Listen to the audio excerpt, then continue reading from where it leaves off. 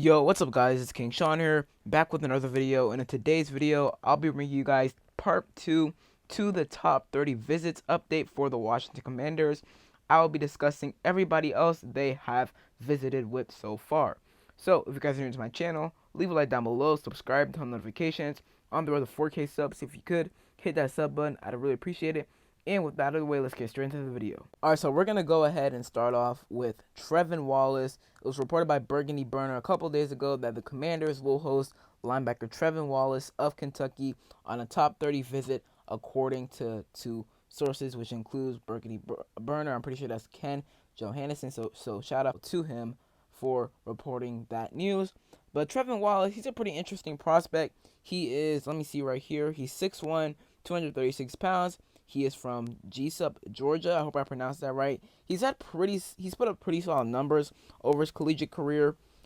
In Kentucky, he's a junior. He's been in Kentucky for 3 years now. In his freshman year, he put up 32 total tackles, 4 TFLs, 2 sacks, and 1 pass deflection, along with 1 forced fumble. In 2022, he put up 54 total tackles, 5.5 TFLs, 2.5 sacks, 2 interceptions, no fumble recoveries or forced fumbles or pass deflections. But this past season was probably his best season, really. He put up 80 total tackles, had 8.5 TFLs, 5.5 sacks, 1 interception, and 1 forced fumble as well. So he's put up pretty solid numbers throughout college. Now, obviously, we already have a Kentucky linebacker on this roster, Jamin Davis, who we drafted back in 2021 in the first round. I didn't think Jamin Davis was a first-round pick back then. I thought he would go in the second round, maybe late first, but definitely not mid-first at pick 19. But Trevon Wallace, he's a pretty interesting dude. He did not play with Jamin Davis. He came to Kentucky in 2021. Jamin Davis was already at Kentucky before then. But maybe Jamin may put in a good word to the front office, about taking Trevon Wallace, because he is a pretty intriguing prospect. I mean, he doesn't have bad size. Per NFL.com, they have him listed as an average backup or special teamer.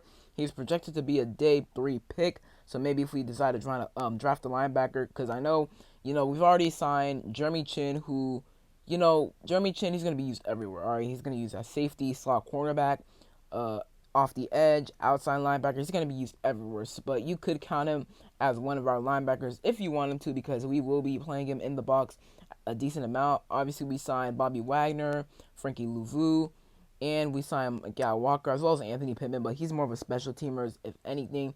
So Mikal Walker, Bobby Wagner, Frankie Louvu, and then obviously we already got Jamin Davis, who, we're going to use off the edge a bunch this season, which I absolutely love. So Trevon Wallace may be a guy that we decide to pick on day 3 with one of our day 3 picks, one of our 3 day 3 picks. We have 2 5ths and 1 7th.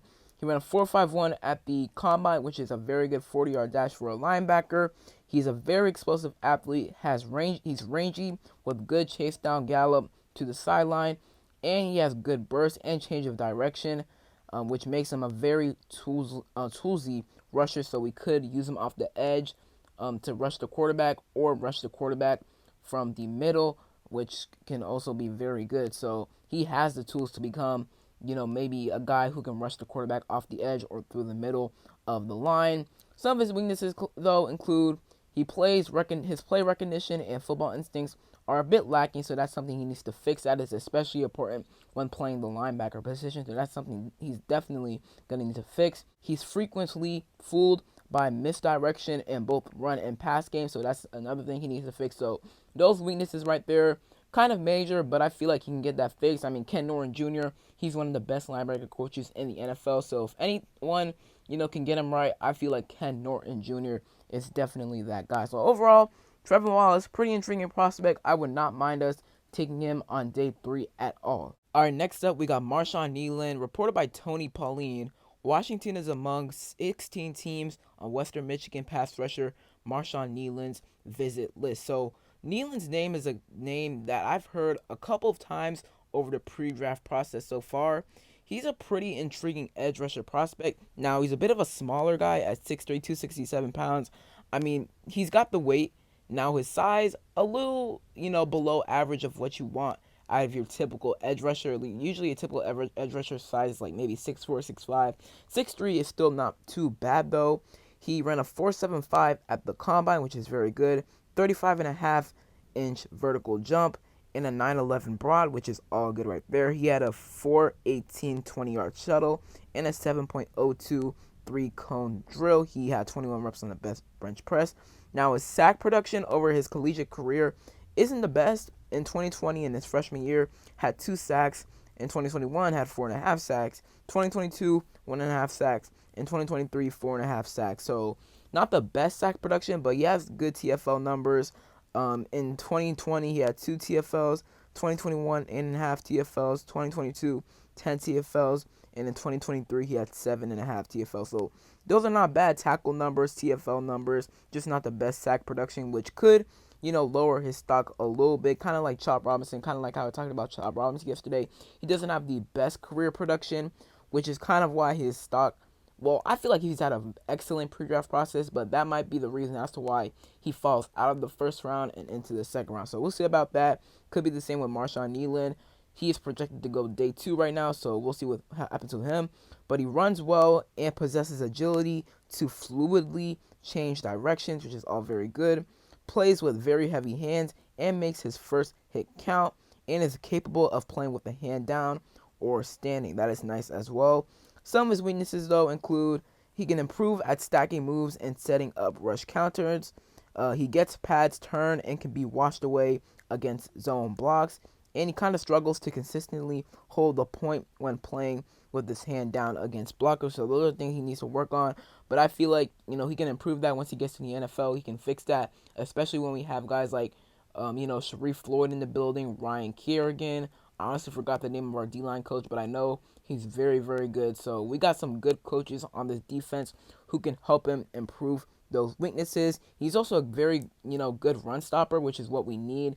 He is good at getting to the backfield. He just doesn't rack up those sacks, which, we should see more of in the NFL. Well, hopefully we'll see more of in the NFL. We'll see about that, but he's a good run stopper, which is what, our run stopping wasn't great last season. The year before was pretty solid, but last season it just wasn't that good. So Marshon Neal provides good run stopping, good run defense ability, which is what we need on this team. We need our edge rushers to set up against the run and stop the running back in their tracks.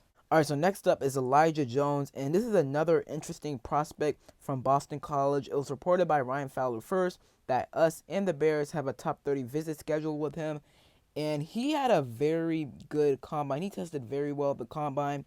Let me just read it off real quick. He had a 4.44 40-yard dash, a 42.5-inch vertical jump, and a 10.11 broad jump. That is absolutely amazing right there. He's 6'1.5", 185 pounds. He has 31.5-inch arms and 9 1/4-inch hands. Now, here's the thing with this guy. He's been in college since 2018, so 6 years in college, 6 seasons playing college football. Bit of an older guy. I want to say he's about 23, 24 years old, so that could be a concern with some teams, his age. But he is listed to be an eventual starter, an eventual average starter on NFL.com. I'm pretty sure he's projected to be a day 2, day 3 pick, and he's not a bad prospect at all. Obviously, he has tons of experience being in college for so long. Let's read off his stats real quick. Only going to read off his stats over the past 3 seasons, really, since 2021. In 2021, he played in 12 games, had 25 tackles, 28 total tackles, 25 solo, 3 assists, no interceptions, no CFLs, no sacks, 5 pass deflections, 1 forced fumble. In 2022, he had a much better season, though, playing in 11 games, had 34 total tackles, 3 TFLs, 1 sack, 2 interceptions, 13 pass deflections, which is amazing. And in 2023, this past season, played in 9 games, had, 25 total tackles, 5 interceptions, which is very impressive. And he had 8 pass deflections along with 1 forced fumble. So his production over the past 2 seasons with Boston College has been very good. In his first 4 seasons with Boston College, his production was pretty mid, pretty average, not the best. You can even say below average. But these past 2 seasons have been really good for him, and they've helped him boost his draft stock for sure. It's just surprising that he's been in college for this long. I'm pretty sure he got injured a couple times, maybe in early years, maybe in freshman, sophomore, maybe junior year. And the 2020 season was COVID year, so every player, every athlete got an extra year of eligibility added on. So that's another reason as to why he was in college for so long. But this guy is not a bad prospect. Age is just a concern for me, but he has good athleticism, good length, good coverage skills as well, good ball production over the past couple of seasons. So he looks like a pretty solid guy. Wouldn't mind taking him with one of our thirds maybe, or if he falls to day 3, maybe with one of our fifths. So wouldn't mind taking him later or the middle of the draft or later in the draft. So we'll see, because overall he does not seem like a bad prospect at all. All right, and then finally we have edge rusher Javante John Baptiste, who he went to Notre Dame this past season, but he spent the first 4 seasons of his collegiate career with Ohio State. And this is another interesting prospect. First of all, we got to talk about his size real quick. Yeah, last year, well, in his entire career so far, he was listed at 6'5", 253 pounds with Ohio State and Notre Dame. They listed him at that size on their official school website. But he came in at 6'5", so the proper height, the right height, but 239 pounds at the combine. He is way lighter than what he was listed at Ohio State and Notre Dame, which is kind of concerning, not going to lie. I mean, 6'5", 239 pounds. He's a bit skinnier. He's a bit out of a skinnier edge rusher. I'm pretty sure he weighs the same. He actually weighs less than Chop Robinson, who is 2 inches shorter than him, which is very interesting right there. So, this could be a guy that we draft on day 3. He's projected to be a day 3 prospect. He is an average backup or special team per NFL.com, which is pretty interesting right there. Ran a 4.66 at the combine, which is good. 34.5-inch vertical jump and a 10.7 broad. Those are pretty good right there. Let's look at his strengths. NFL.com has listed for him. He flashes athleticism and hand usage to take a step forward as a rusher. That's pretty good right there. He possesses the desired length of an NFL defender. I definitely noticed that. I mean, 6'5", that's really good. And he has 33 3/4-inch arms and 10-inch hands. The weight, though, I just have, some concern with the weight, because 239 pounds, that's pretty skinny for a defensive end, in my opinion, especially for one his size. If he was like, say, maybe 6'3", 6'2", and that weight, then that's not bad. But that's more of like a linebacker's weight, really. A linebacker's like 6'1", 6'2", 230-some pounds. So 6'5", 239 pounds, that's a bit concerning for me, but maybe we could make it work for him if, we were to draft him maybe on day 2, maybe day 3. He also slips off of blocks to find runners, which is good. Now, some of his weaknesses, like I stated, the weight, 239 pounds, a bit light. He needs to improve play strength in both upper and lower body as well. And he's always a step late getting out of his stance. Off of the snap, which he does need to work on. But like I said, we have good defensive lineman coaches like I said, Sharif Floyd, Ryan Kerrigan, and I honestly forgot who the name of our defensive line coach, but I know he is a very very good, very highly respected defensive line coach in the NFL. So if anyone can fix his weaknesses, it can be our defensive line coaches. So pretty interesting prospect. I just have some, concerns about his weight, his size, because 6'5", 239 pounds, being 239 pounds at 6'5", bit of a concern for me. So that is it for today's video. Hope you guys enjoyed. If you did, leave a like down below, subscribe, turn notifications on the other 4K subs. If you could, hit that sub button. I'd really appreciate it. And other than that, it's been King Sean, and I'm out. Peace.